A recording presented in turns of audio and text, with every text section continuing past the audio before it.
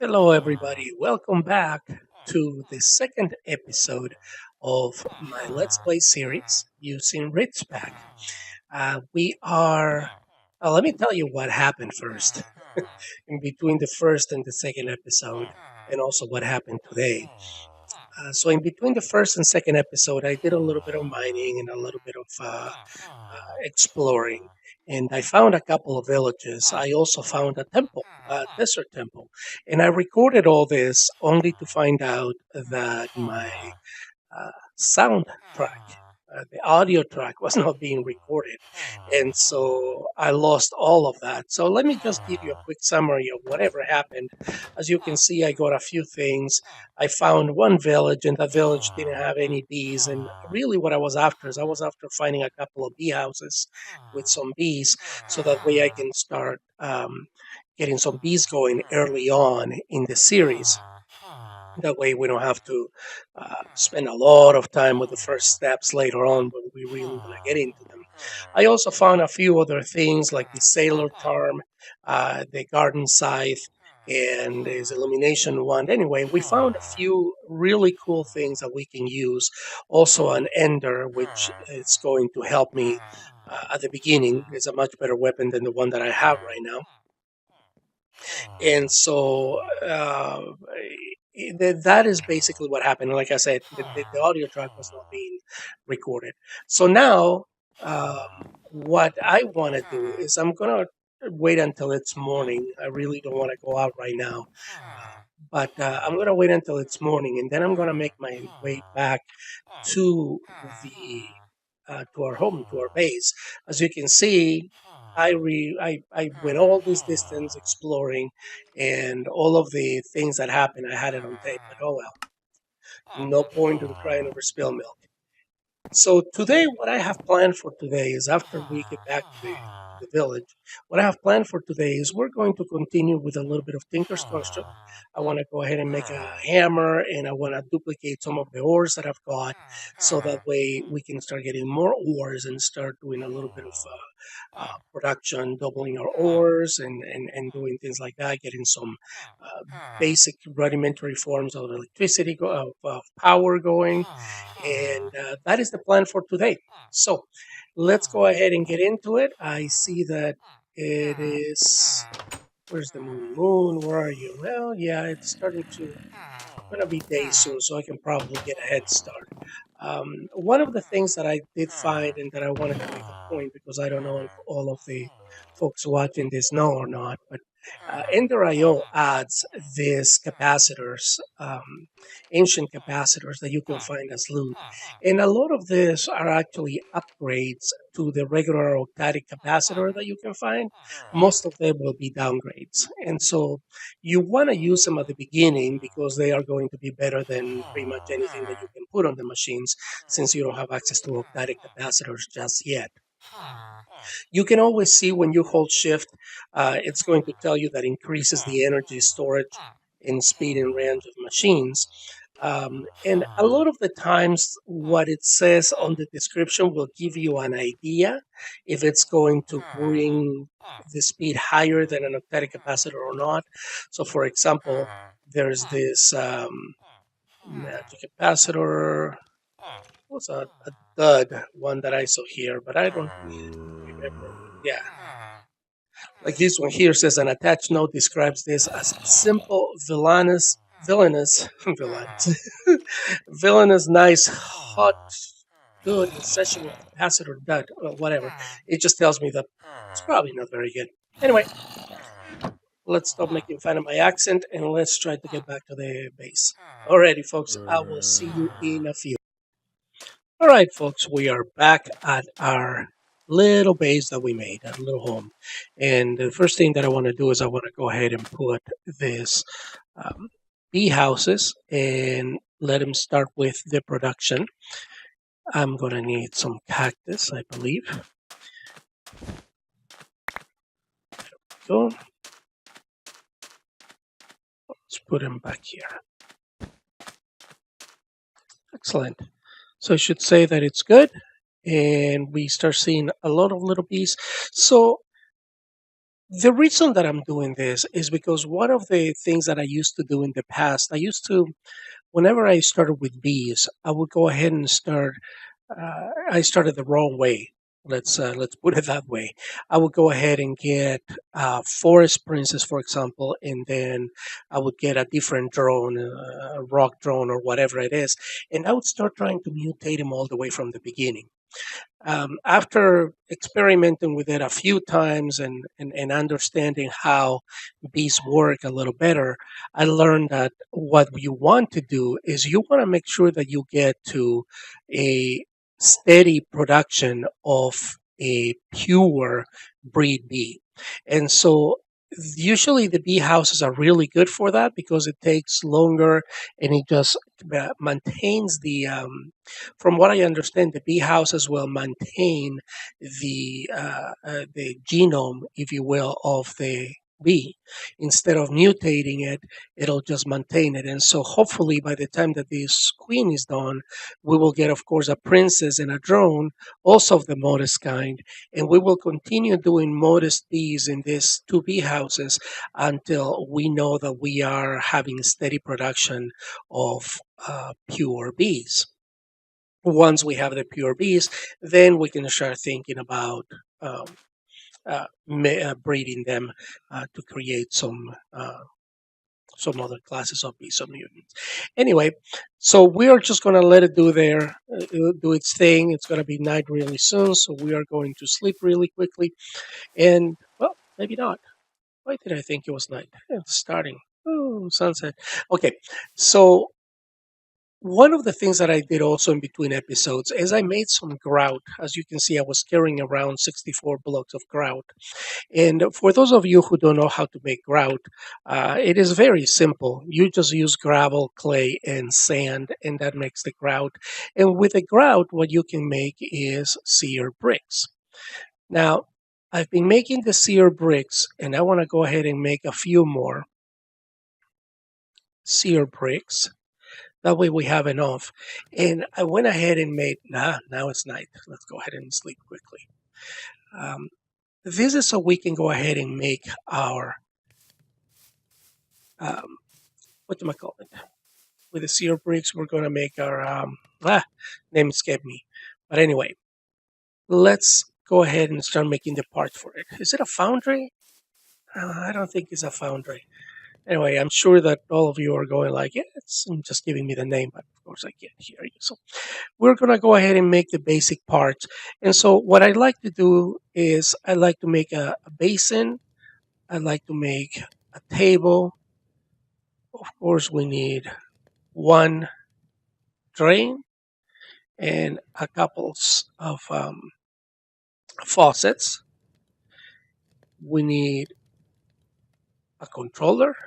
Oh, and you know what I'm missing? I'm missing glass. Did I already make glass or not? I don't think I made glass. Oh well, that's no big deal because I only need one glass. And so let's go ahead and go ahead, Nicole. Yeah,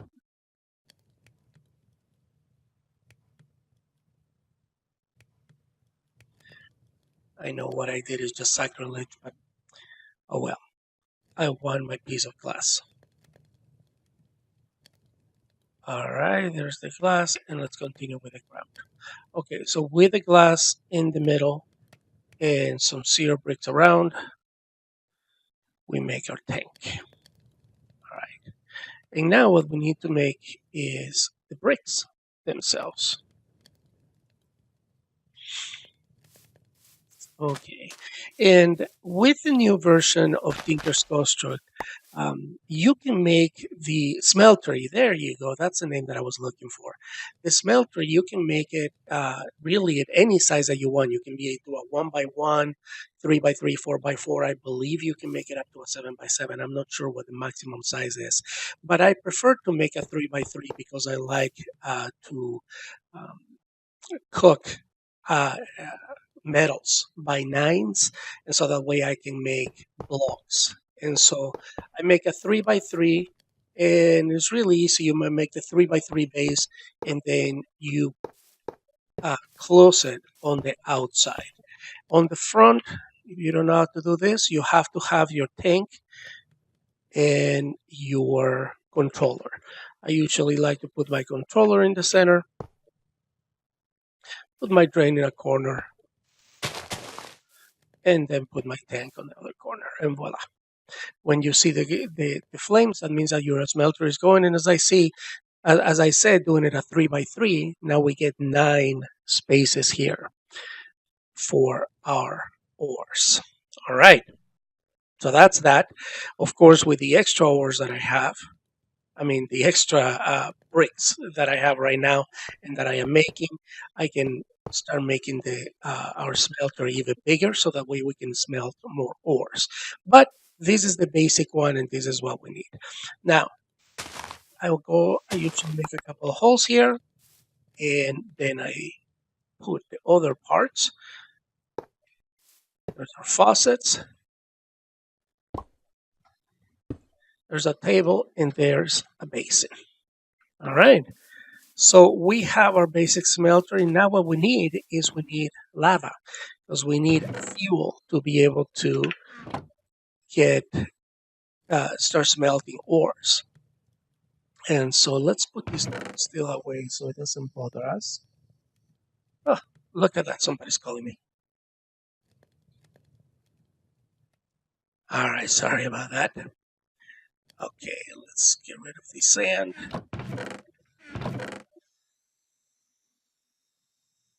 Okay, and we should have more of the bricks so we can finish it. All right. In the meantime, what I want to do, since we already have this working, we are going to need some lava, as I said. But in the meantime, we need a bucket. That's the most important thing. And so let's just go ahead and do this. I will put a couple extra coals there. Now, another thing that you have with the coal and in the actually additions mod is that you can make tiny coals. With one coal, you can get 8 tiny coals. And one of the benefits of doing that is a very easy recipe, but you also get the actually additions manual, which you can use throughout building your world.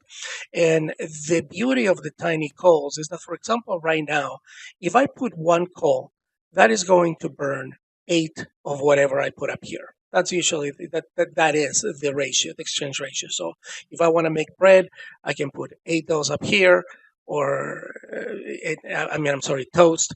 And with one coal, I can make 8 toast with the bread. Same thing with the metals. If I put 8 of them, one coal is going to smelt all 8 of them.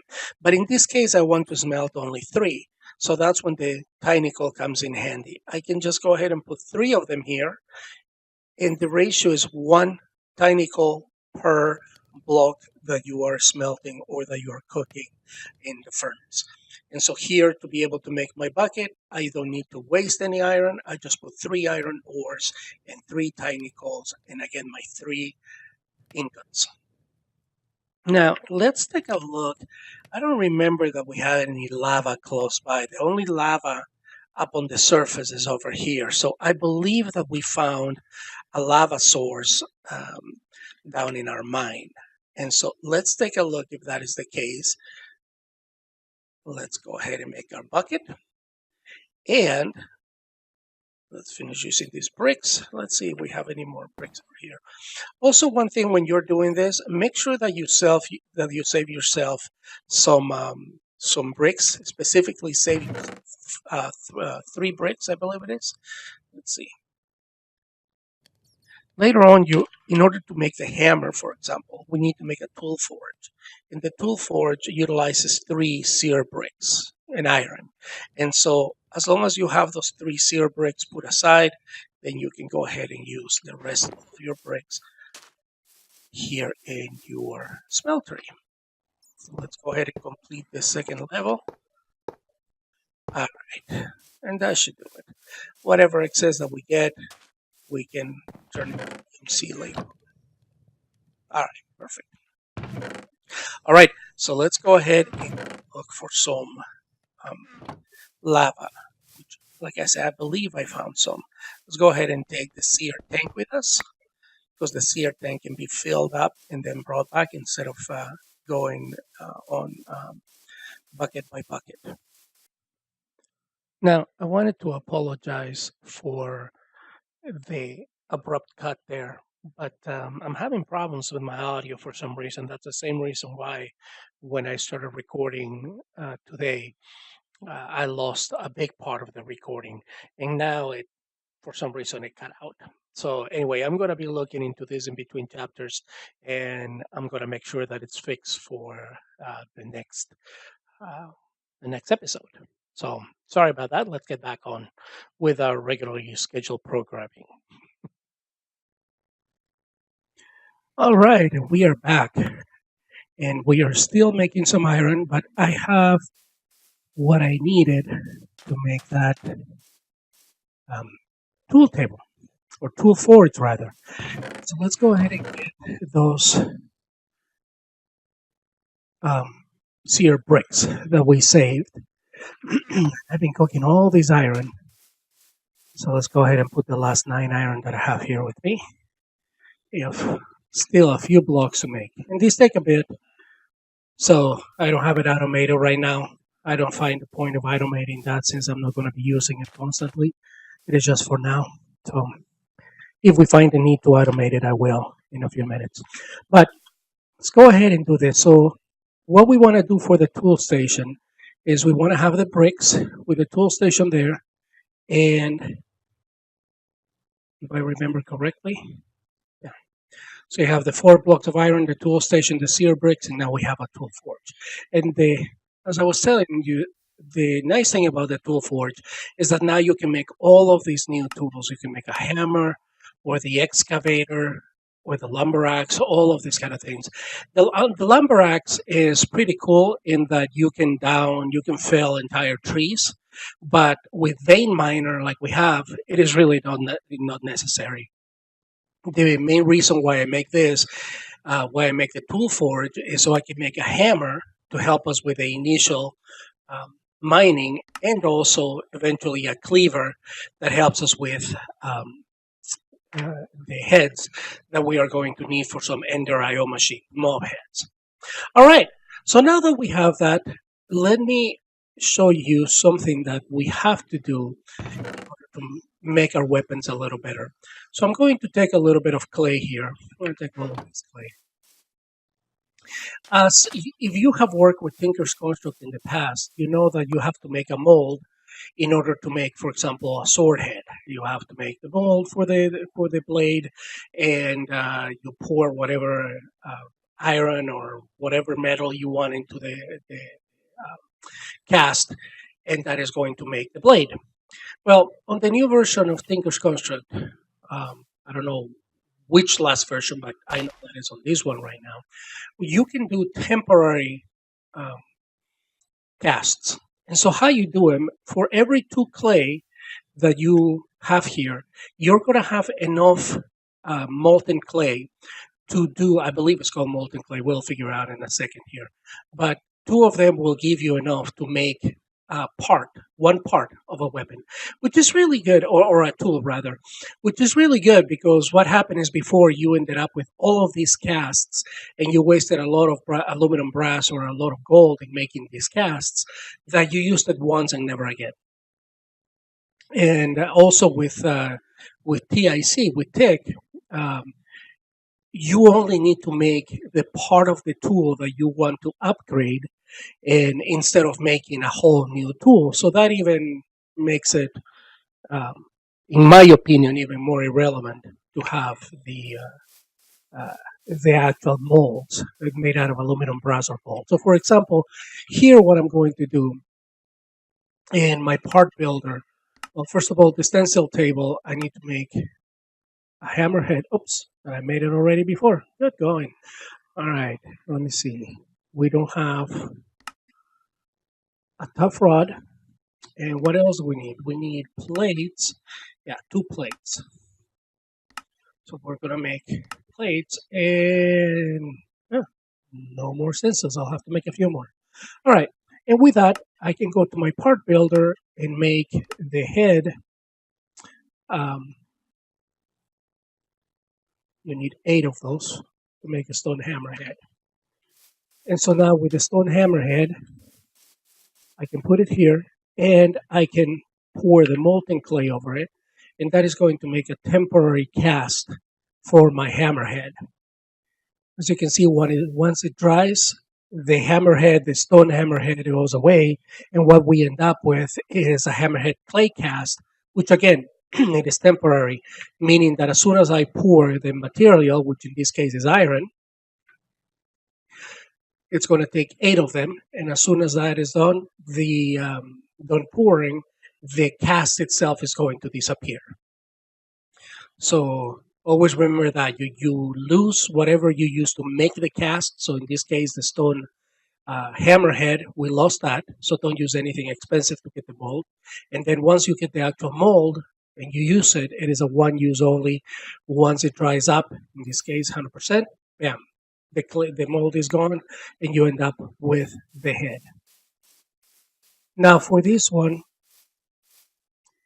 thing that I would want to make so I wanted to get up there onto the slime islands, but we are going to do that later on. Right now, let's just go ahead and use for the parts.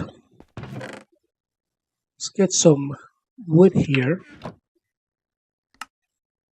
And we are going to build the tough rod pattern out of wood. And we are going to build the 2 large plates out of stone. Because we're just making a rudimentary one. Just something to get us started. So we put them in the order that it shows there, and bam, we have our hammer. Now this is going to make it much easier for us to mine some things. Another thing that I would like to do is I would like to get a pickaxe head. Since we have the ender, we can use that for a sword. But the pickaxe head is actually something that we should do. So that way we can use vein miner to get some redstone and things like that. And so we're going to put that there, and we're going to put 2 of these little guys so we can make the mold for the pickaxe head. And this is the part that I was telling you. I don't have to make a binding or a tool rod in order to make the iron pickaxe. All that I need to do is make the stone pickaxe mold, which I put it there, or the stone pickaxe head, rather. Put it in my table, pour the molten clay, make a temporary cast, and then put the molten iron on top of it, and we are done. All right, a little more, perfect. Let's pour it down. And this dries pretty quickly. In the meantime, let's make more iron. All right, there it is. So the iron selected. This one takes 3 ingots. And bam, perfect. And as I've been saying it, you just come to your tool forge, you put your stone pickaxe, and you just put the head, and that turns your pickaxe into an iron pickaxe. Good. Okay. So now that we have that, let's go ahead and I'm going to do some more mining. We still need some more metals. I'm going to smelt this copper so we have for a couple machines. But we are going to. All right. Okay. So in the meantime, so once again, the little sound gremlins strike. And on that note, I think that the best thing that I can do at this point is to finish the recording for today, to call it a few minutes early and actually start working on the issues that I'm having. So when I record the next episode, I don't have any of these issues. So for today, let me just give you a quick rundown of what I'm going to try to do. Offline, I'm going to be doing some mining.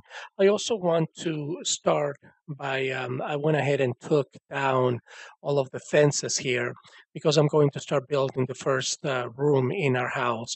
And the idea is that I'm going to have a factory type building where I'm going to have the rooms just going on an L shape or maybe straight and opening up over there or something to that effect. Each room is going to have or work on a specific mod, and so that way we try to cover as many mods as we can from this pack. So that is what I'm going to do in between episodes. I start building the first room, including the smeltery on it. I'm going to continue doing some mining, maybe some terraforming, who knows. And the most important thing is that I'm going to be working on the sound and making sure that I fix it. I have already done a couple of things that I hope take care of it, but I'm going to do a lot of testing to make sure that I don't have these issues in the future. And so, with that, I leave you folks. My bees are doing fine, and we will be seeing you next time. Have a great one.